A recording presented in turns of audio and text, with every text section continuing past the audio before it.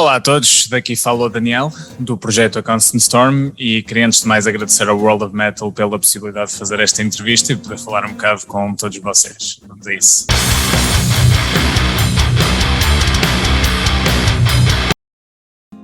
O conceito de uma forma primeiro, aliás, essa é a maneira como eu costumo trabalhar. Cada compositor tem a sua maneira de fazer as coisas, obviamente, mas no meu caso o conceito vem primeiro e depois os títulos das músicas, na verdade, porque são aquilo que acaba por me dar um bocado o mood que eu depois vou tentar replicar na música, e depois vem a música, evidentemente.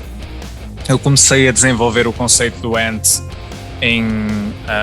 à volta de junho, julho de 2020, portanto mesmo na altura em que o Love Empire saiu, e a ideia veio enquanto eu estava a ver uma anime chamada Hunter x Hunter, que tem uma saga, uma parte da história que trata das Chimera Ants. As Chimera Ants são, como o nome indica, formigas quimera.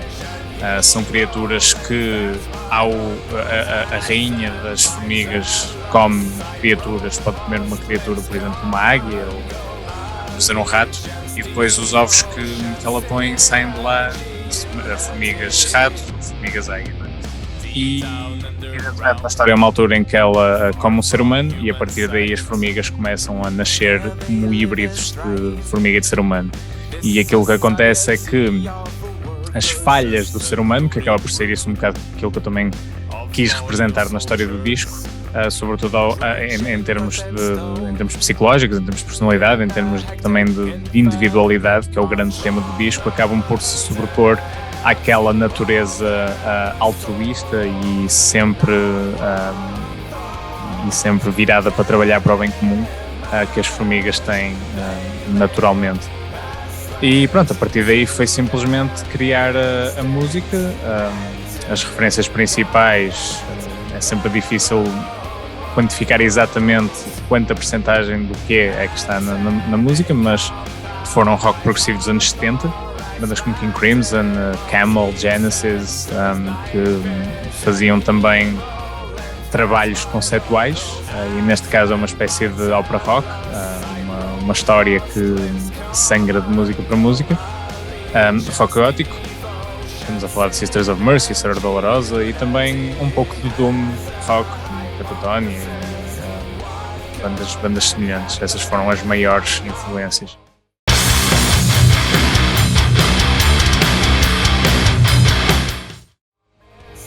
Eu diria que sim, de certa maneira. Tal como eu já avancei na resposta anterior, na verdade, este é um álbum, eu diria, acerca de seres humanos. É através da lente de uma formiga, não é? De um inseto, que acaba por ser contaminado com uma toxina que foi desenvolvida por seres humanos numa espécie de experiência meio complexo de Deus, em que os seres humanos queriam criar um inseto que fosse capaz de pensar como um ser humano. Portanto, é uma espécie de metamorfose de Kafka ao contrário, em que em vez de termos um ser humano que se transforma num inseto, temos um inseto que ganha propriedades mentais de um ser humano. E que depois, a partir daí, pronto, eu exploro tudo aquilo que são os problemas que ele vai ter que enfrentar, também por causa do crescimento rapidíssimo da sua mente, porque se nós pensarmos nisso, um ser humano desenvolve a sua mente lentamente ao longo de vários anos, desde que somos bebés, crianças, adolescentes, adultos, estamos sempre a evoluir. O que acontece quando uma formiga, que tem uma expectativa de vida muito mais baixa do que um ser humano, começa a ter um tipo de metamorfose mental para a qual ela não tem qualquer tipo de preparação natural para ter. E é um bocado a partir daí que a história nasce, e é isso que a história desenvolve. E como tal, voltando àquilo que era a pergunta, eu tento explorar aquilo que são as falhas de personalidade dos seres humanos e, sobretudo, incidindo particularmente no desejo de fama. Porque numa altura, quando a formiga começa a sentir que já não consegue estar na colónia e que tem que sair e que tem que conhecer o mundo exterior, ela começa a ser cegada por visões de fama. Será, apesar dela não saber se isso é verdade ou não tem nenhuma maneira de saber, mas convence-se que é especial, está acima dos outros e que será, lá está, famosa. E a história talvez seja algum pessimismo da maneira como eu olho para a nossa raça humana, a história não acaba particularmente bem. Dito isto, eu não quero propriamente fazer uma história moralista em que devo dizer nunca devem procurar ser famosos ou nada assim, não é? Eu acredito verdadeiramente que a resposta de cada pessoa difere, portanto a resposta difere de pessoa para pessoa. Simplesmente digo que procurando um caminho desses há certas coisas que têm que ser com as quais a pessoa vai ter que lidar e vai ter que estar preparada para as enfrentar, no fundo.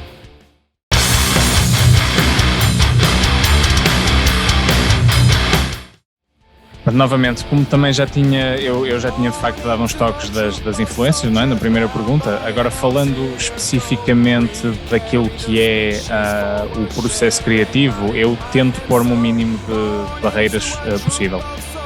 Ou seja, eu acredito que uma peça, e neste caso um álbum, é tão mais real e tem tanta mais possibilidade de dizer algo às pessoas que ouvem, quanto mais sincera for. E para isso, eu acho que é preciso que o compositor não tenha amarras quando está a compor e componha utilizando as ferramentas que lhe parecerem mais adequadas para a história ou para os temas que ele quer contar. E como lá está, neste caso foram essas referências de rock progressivo, rock gótico e algum doom.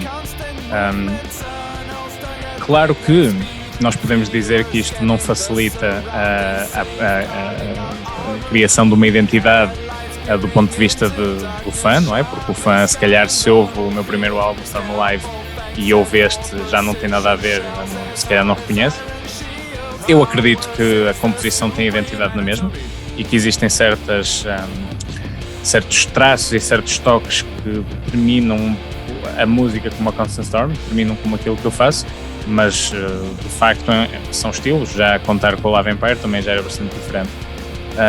Agora, a questão é, como também, sendo o mais bruto e direto possível, eu não vivo da música, nem faço propriamente como objetivo, não tenho como objetivo fazer muito dinheiro com isto. Não me vou pôr numa posição em que esteja a fazer música, em que esteja a criar arte com base naquilo que eu acho que as pessoas vão gostar. Ou não é? Eu faço aquilo que me parece bem, depois se as pessoas gostarem, fantástico, e fico muito contente. E se não gostarem é mais que justo. E é assim que as coisas são.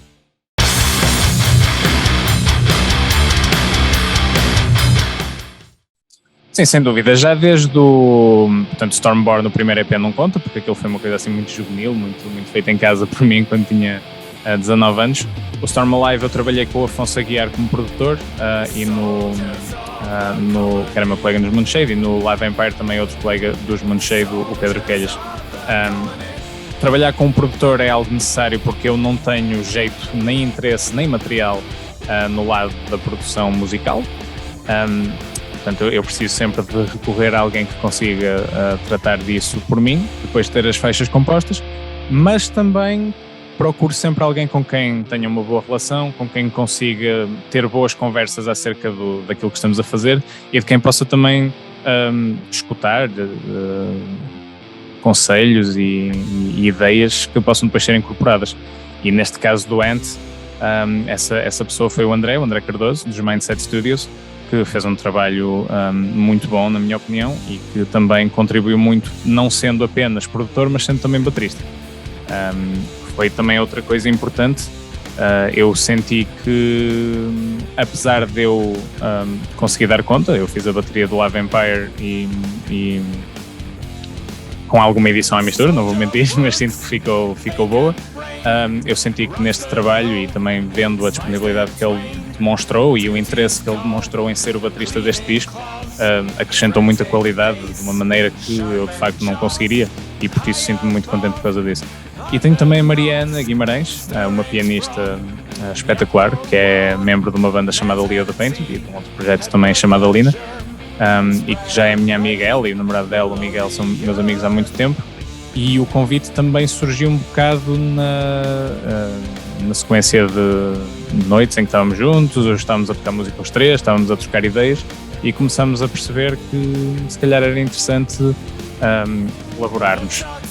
E também, novamente, puxando às referências de rock progressivo dos anos 70, eu achei que fazia muito sentido ter um tipo de piano neste álbum que fosse mais do que aquilo que eu consigo fazer.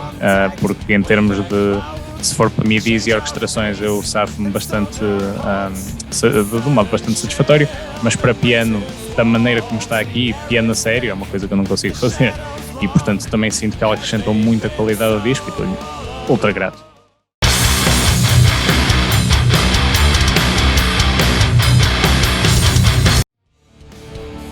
Tem pontos positivos e pontos negativos. Um dos pontos positivos é que, em termos de decisões, não é preciso passar por muita gente e isso faz com que as coisas acabem por ser mais expeditas, não é? Consegue-se fazer as coisas mais rapidamente. Por outro lado, como eu tenho que fazer todos os instrumentos, ou quase todos, como no caso deste disco, há uma data de situações em que, por exemplo, se eu não tiver tempo, temos simplesmente que adiar a gravação, não é? E eu trabalhando o tempo inteiro, isso volta e meia acontece, portanto também acaba por se perder um bocadinho mais de tempo, porque efetivamente eu tenho que estar sempre ali nas sessões, sempre a fazer os instrumentos todos. Agora, de resto, sinto que há espaço para tudo, há muito espaço para bandas, eu já estive numa, gostei muito de estar numa banda, entretanto acabei por seguir outro caminho, mas é uma experiência que eu guardo com muito carinho. Mas também sinto que é importante para mim haver um espaço onde eu consiga pôr todas as minhas ideias, tal como elas são, sem os compromissos necessários que têm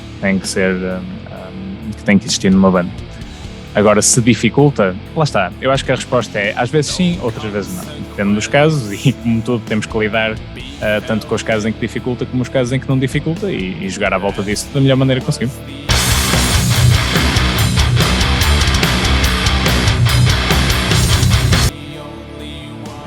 Eu nunca digo nunca, mas parece-me complicado, francamente. Eu acho que, para já, toda a questão da organização de uma banda é muito complicada, sobretudo se uma pessoa estiver como eu estou, ou estivesse como eu estaria, numa posição de contratar músicos que fossem essencialmente tocar a minha música, não é? Porque nós não estamos a falar de uma situação de banda em que todos os membros teriam participação no processo criativo, voto na matéria em relação a muitas coisas, e digo isto sem qualquer tipo de arrogância, simplesmente é a maneira como as coisas são. Isto seria uma espécie de uns Megadeth ou algo assim, não é? Em que há uma pessoa que claramente, pronto, é a força criativa e os outros, para todos os efeitos, trabalham para ela, não é? Seria um caso desses. E, em primeiro lugar, não é fácil encontrar pessoas que estariam dispostas a fazer isso. Eu sei porque eu não estaria. Eu falo por mim, eu não sei, francamente, se seria capaz de estar numa posição dessas. Mas depois do meu lado, não é? Eu teria que, no mínimo, partilhar cachê com esses membros, o que não seria um problema se isso conseguisse pagar uma sala de ensaio, conseguisse pagar material, que infelizmente sabemos nós que aqui em Portugal e sobretudo neste meio, no meio musical assim mais alternativo e pesado no qual nos inserimos, isso não é propriamente possível. E depois, como também já acabei de dizer, o espaço, não é? Alugar um espaço nem sempre é fácil em termos de descobrir esse espaço, comprar material, etc, etc. E depois, em cima disso, é também a questão de enfrentar as evidências e saber que este é um projeto com uma base de fãs pequena, muito leal, mas pequena. Não parece que estou a desmerecer quem gosta verdadeiramente deste projeto, porque eu valorizo e aprecio muito essas pessoas, mas para todos os efeitos é pequena. E eu também não faço também tomo muitas decisões que são muito pouco comerciais, não é? Como estar a mudar de estilo a toda a hora, ou a própria questão da pouca promoção em redes sociais e tudo mais que eu faço.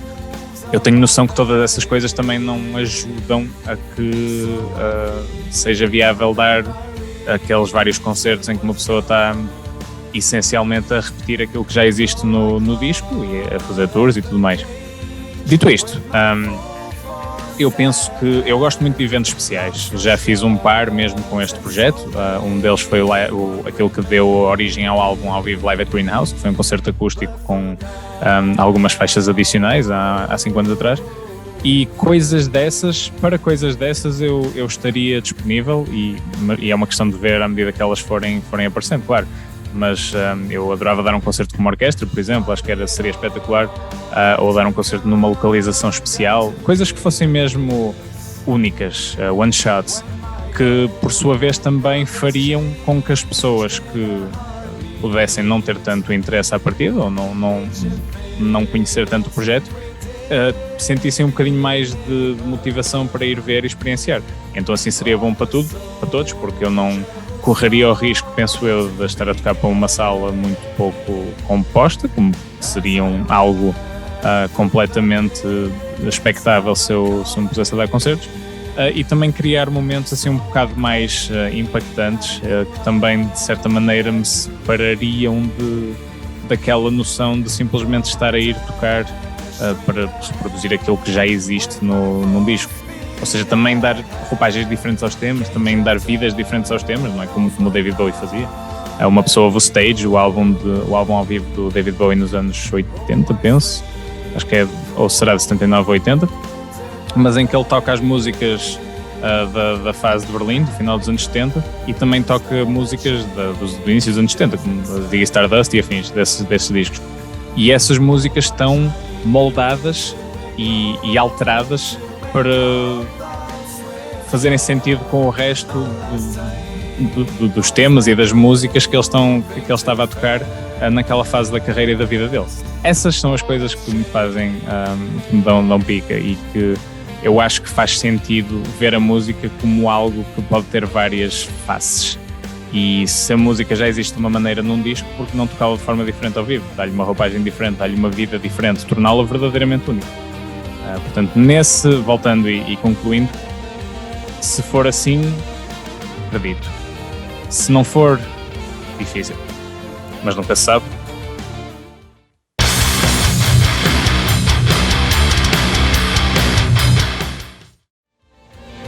Há de tudo. Há música que faz pensar e há música que não precisa de ser tão pensada para ser apreciada, e nenhuma vale mais do que a outra na sua gênese, eu acredito. Ou seja, eu não tento também não cair no snobismo de achar que só os grandes conceitos e as músicas muito profundas em termos de temática ou comentário social é que são as únicas que vale a pena serem ouvidas. Porque não? Porque a música é uma forma de arte multiforme, é uma forma de arte com várias possibilidades, e acho que não faz sentido fecharmos a nenhuma delas, da mesma maneira como não faz sentido fecharmos a todos os tipos de géneros de música, não é? Como eu digo sempre, não existe música ou digo de outra maneira, só existem dois tipos de música: música boa e música má. E neste sentido é música que uma pessoa gosta de ouvir, música que uma pessoa não gosta de ouvir, porque a verdade pessoal, para mim, está acima de tudo, não é? Mas pronto, mas adiante, e pedindo desculpa por este pequeno desvio, eu diria que existe muita música muito capaz de fazer uma pessoa ponderar acerca de si própria, acerca do mundo que a rodeia, acerca de sem número de coisas, tanto na cena metal, rock, alternativa, o que lhe quisermos chamar, mundial, como na portuguesa. E nós temos fantásticos exemplos. Claro que eu sou suspeito, mas acho que o novo álbum dos Moon Shade está muito bom, até também ao nível lírico, por isso recomendo mesmo que quem ainda não o tenha ouvido que o vá ouvir. O novo Jugaria, por exemplo, a qualidade que eles já nos habituaram também está excelente. Isto só para dar dois exemplos da cena nacional, porque em termos internacionais eu tenho ouvido muita coisa este ano, de vários géneros, que me tem inspirado particularmente. Devo dizer que provavelmente o meu álbum favorito do ano até agora é o Ethiops de Billy Woods, que é um rapper muito misterioso dos Estados Unidos, que tem ali um trabalho de hip-hop abstrato que é uma coisa assim do outro mundo. O álbum de Zilan Harder também, o auto-intitulado deste ano, também se enquadra nesse papel de música que faz pensar e faz refletir e consegue ser música fenomenal ao mesmo tempo. Agora, se eu acho que devia haver mais disto, mais daquilo, não me sinto francamente na posição de poder dizer. Eu sei aquilo que gosto de fazer e aquilo que também gosto de ouvir, e apesar de me manter sempre aberto e sempre à procura de coisas novas, está sempre um tipo de coisa para o qual dependemos mais, não é? É uma coisa natural, mas não sinto que estejamos mal representados. janeiro, com falta de algum tipo de ideia musical que seja assim mais pensada e mais inteligente, se quisermos chamar-lhe assim. É só uma questão de saber onde procurar, é só uma questão de estar aberto à mudança, estar aberto à diferença, estar aberto a descobrir outras coisas. E é sobretudo uma questão de ir sempre ouvindo música, ir sempre descobrindo e, no meu caso, ir sempre fazendo e tentando fazer o máximo de música que seja fiel àquilo que eu gosto, àquilo que eu quero fazer e àquilo que eu quero partilhar com o mundo. E é um bocado por aí que gostava de acabar. E aproveito essa deixa também para deixar um enorme obrigado à World of Metal, ao Fernando e a todo o público que esteja interessado a ver, a ouvir esta entrevista. Dizer-vos que o novo álbum da Constant Storm, And, já está disponível em todas as plataformas de streaming, Spotify, YouTube Music, Amazon e essas tretas todas. Está também disponível para ser comprado o CD e a camisola, apesar de haver pouquíssimas já. Por isso, se querem uma, por favor, vão ao meu site, ao site de Bandcamp da Constant Storm para comprar. E nada, se gostarem, gostem, partilhem com a gente. Se não gostarem, digam-me porque é que está horrível, porque eu também gosto de saber isso. E um grande abraço a todos e fiquem bem.